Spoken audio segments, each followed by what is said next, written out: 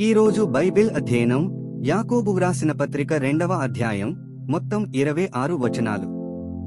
ప్రార్థన.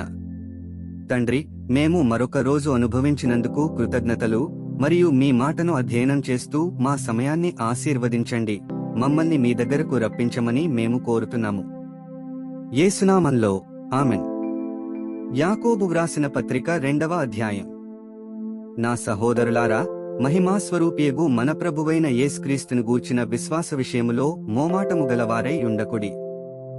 ఎలాగనగా బంగారుంగరము పెట్టుకుని ప్రశస్త వస్త్రములు ధరించుకొనిన యొకడు మీ సమాజమందిరములోనికి వచ్చినప్పుడు మురికి బట్టలు కట్టుకొనిన దరిద్రుడును లోపలికి వచ్చిన ఎడల మీరు ప్రశస్త వస్త్రములు ధరించుకునిన వానిని చూచి సన్మానించి, నీవిక్కడ మంచి స్థలమందు కూర్చుండుమని చెప్పి, ఆ దరిద్రునితో నీవక్కడ నిలువుము, లేక ఇక్కడ నా పాదపీఠమునకు దిగువను కూర్చుండుమని చెప్పిన ఎడల మీ మనస్సులలో భేదములు పెట్టుకుని మీరు దురాలోచనతో విమర్శ చేసిన వారుగుదురు కారా?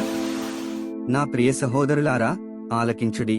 ఈ లోక విషయములో దరిద్రులైన వారిని విశ్వాసమందు భాగ్యవంతులుగాను, తన్ను ప్రేమించువారికి తాను వాగ్దానము చేసిన రాజ్యమునకు వారసులుగాను ఉండుటకు దేవుడేర్పరచుకునలేదా? అయితే మీరు దరిద్రులను అవమానపరచుదురు. ధనవంతులు మీమీద కఠినముగా అధికారము చూపుదురు. మిమ్మును న్యాయసభలకు ఈడ్చిచున్నవారు వీరేగదా?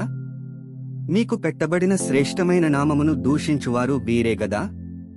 మెట్టుకు నీవలే నీ పొరుగువాని ప్రేమించుమను లేఖనములో ఉన్నట్టి ప్రాముఖ్యమైన ఈ ఆజ్ఞను మీరు నెరవేర్చిన ఎడల బాగుగానే ప్రవర్తించువారుగుదురు.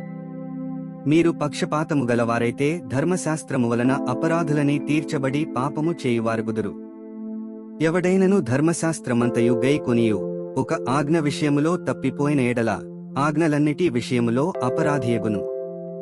వ్యభిచరింపవద్దని చెప్పినవాడు నరహత్య చేయవద్దనియు చెప్పెను గనుక నీవు వ్యభిచరింపకపోయినను నరహత్య చేసిన ఎడల ధర్మశాస్త్ర విషయములో నపరాధివైతివి.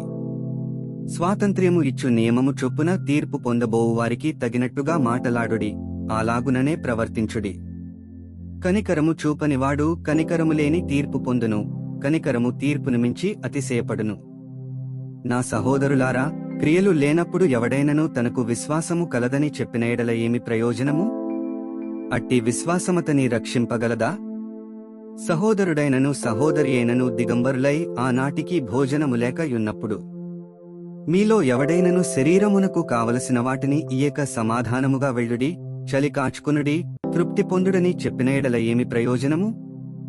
అలాగే విశ్వాసము క్రియలు లేనిదైతే అది ఒంటిగా ఉండి మృతమైనదగును. అయితే ఒకడు నీకు విశ్వాసమున్నది, నాకు క్రియలున్నవి, క్రియలు లేకుండా నీ విశ్వాసము నాకు కనుపరచుము, నేను నా క్రియల చేత నా విశ్వాసము నీకు కనుపరతునని చెప్పును. దేవుడొక్కడే అని నీవు నమ్ముచున్నావు.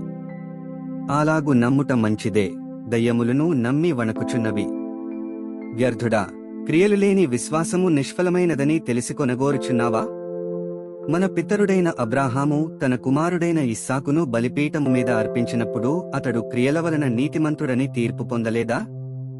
విశ్వాసము అతని క్రియలతో కూడి కార్యసిద్ధి కలుగజేసెననియు, క్రియల మూలముగా అతని విశ్వాసము పరిపూర్ణమైనదనియు గ్రహించుచున్నావు గదా? కాబట్టి అబ్రాహాము దేవుని నమ్మెను, అది అతనికి నీతిగా ఎంచబడెను అను లేఖనము నెరవేర్చబడెను. మరియు దేవుని స్నేహితుడని అతనికి పేరు కలిగెను.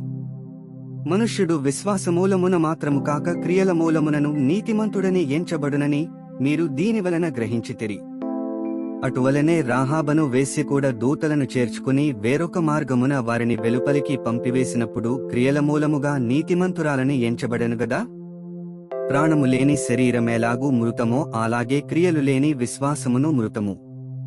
26 వచనాలు చదివియున్నాము. ముగింపు ప్రార్థన. ఓ దేవా, మా విలువైన సమయాన్ని మీ వాక్యాన్ని అధ్యయనం చేసినందుకు ధన్యవాదాలు.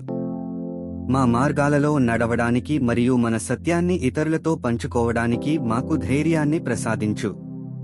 మీ పరిశుద్ధాత్మ మాకు మార్గనిర్దేశం చేస్తూ సర్వసత్యంలోకి మమ్ములను నడిపించునుగాక.